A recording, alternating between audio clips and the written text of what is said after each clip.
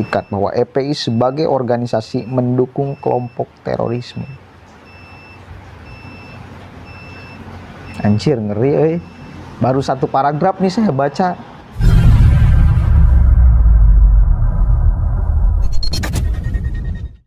Assalamualaikum warahmatullahi wabarakatuh. Hamdan syukran lillah, amma ba'd. Sahabat manusia plural yang saya hormati dan saya banggakan, ini ada berita kiriman dari CNN. Menyeramkan sih isinya. Asli menyeramkan banget. Sebelum saya masuk, mari kita baca ini perkembangan tentang sidang Munarman Al-Sandali. Kenapa Al-Sandali? Karena pas ditangkap Munarman itu mundar-mandir ketinggalan sandal. Munarman Al-Sandali dan Munarman Al-Cangkiri. Kenapa Al-Cangkiri? Karena pas waktu live debat di TV One dulu ya, dia menyiramkan air di dalam cangkir. Jadi seberani itu Munarman, segagah itu Munarman, setolol itu Munarman ya kelakuannya. Sama sekali tidak punya etika moral, makanya sangat sadis juga. Kemudian kasus yang menimpa dia tentang terlibat jaringan telolit, bahkan gak tanggung-tanggung, hukumannya maksimal sampai mati, itu dihukum mati. Nggak tahu ini terjadi atau enggak, hukuman yang paling maksimal untuk Munarman.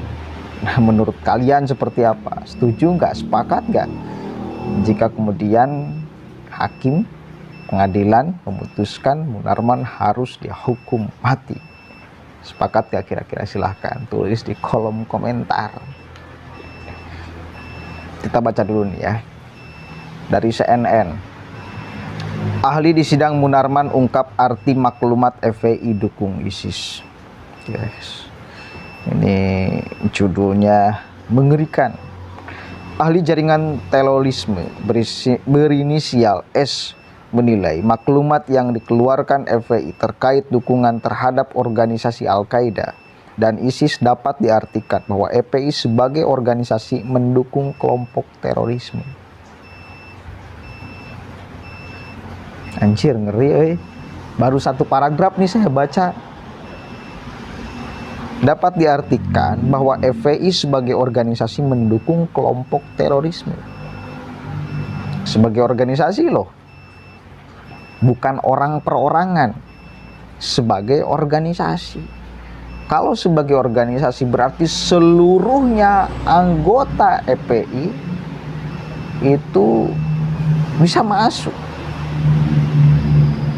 Ya, satu kali lagi, kalau sebagai organisasi, maka seluruh anggota FPI, apalagi pengurusnya, dari mulai daerah sampai wilayah sampai pusat, itu terlibat, bisa kena. Ngeri. Kita baca. Hal itu disampaikan saat menjadi saksi dalam sidang kasus terorisme dengan terdakwa mantan Sekretaris Umum FPI Munarman di Pengadilan Negeri Jakarta Timur pada hari Rabu kemarin ya, 2 hari kebelakang. Dalam sidang, jaksa penuntut umum JPU awalnya bertanya pendapat S soal maklumat FPI, terutama pada poin 5. Soal maklumat FPI, mohon jelaskan setelah ahli membaca meneliti itu, bagaimana pendapat ahli terkait isi maklumat dalam kaitannya khususnya dengan poin 5? Tanya JPU. Menurut saya maklumat FPI yang menyatakan dukungan terhadap Al-Qaeda, dalam hal ini Aiman Al-Jawahiri dan Muhammad Jailani serta Al-Baghdadi, pimpinan ISIS, maka organisasi FPI seluruhnya di Indonesia secara langsung menjadi pendukung kelompok terorisme. Dalam arti di sini, dalam arti di situ kan ada Al-Qaeda dan ISIS. Ucap S. Menurut S, maklumat itu bersifat pernyataan terbuka. Dalam maklumat, kata dia, juga tertulis agar anggota FPI mendukung maklumat itu. Anjir, menyeramkan ya. Artinya seperti saya bilang, kalau umumnya itu kan tidak secara tertutup, pernyataan terbuka dari maklumat tersebut. Maklumat kan di situ juga ada masing-masing FPI harap mendukung maklumat tersebut.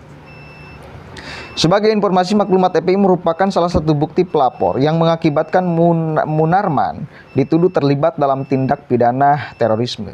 Dalam sidang yang digelar 24 Januari 2022 lalu, mantan anggota Laskar FPI Makassar inisial AM menyebut Imam Besar FPI Rizik Syihab pernah mengeluarkan maklumat dukungan terhadap ISIS dan Al-Qaeda pada milad ke-17 Agustus 2014 silam.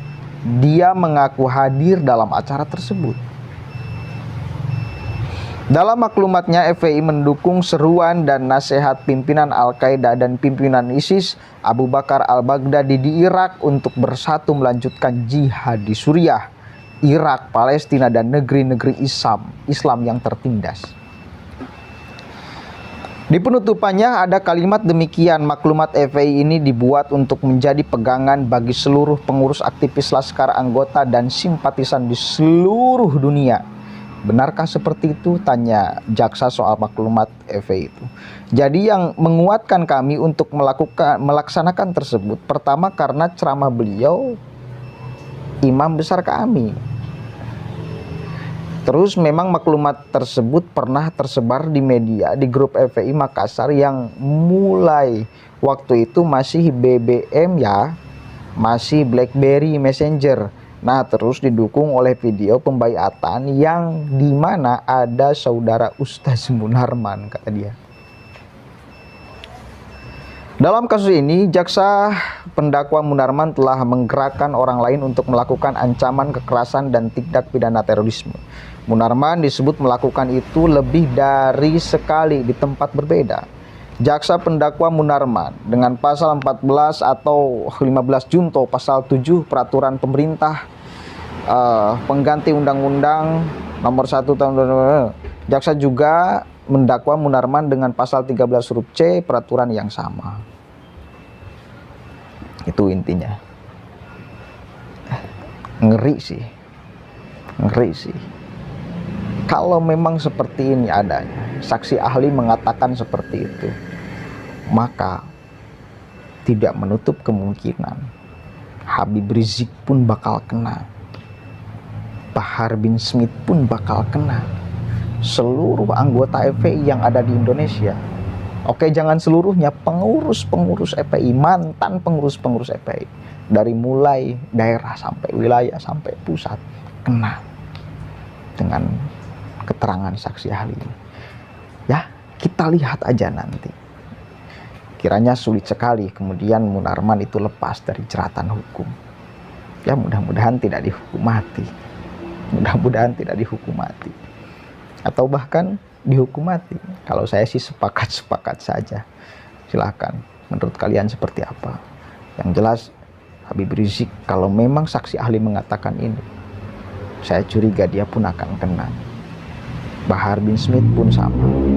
Dan ini bisa merembet ke seluruh anggota FPI, atau kalaupun tidak ke seluruh, ke semua mantan pengurus-pengurus FPI dari mulai daerah sampai pusat.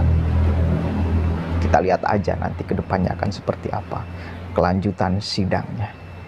Oke, mudah-mudahan ada manfaatnya. Wallahul muwaffiq ila aqwamit thoriq. Wallahu a'lam bishawab. Assalamualaikum warahmatullahi wabarakatuh.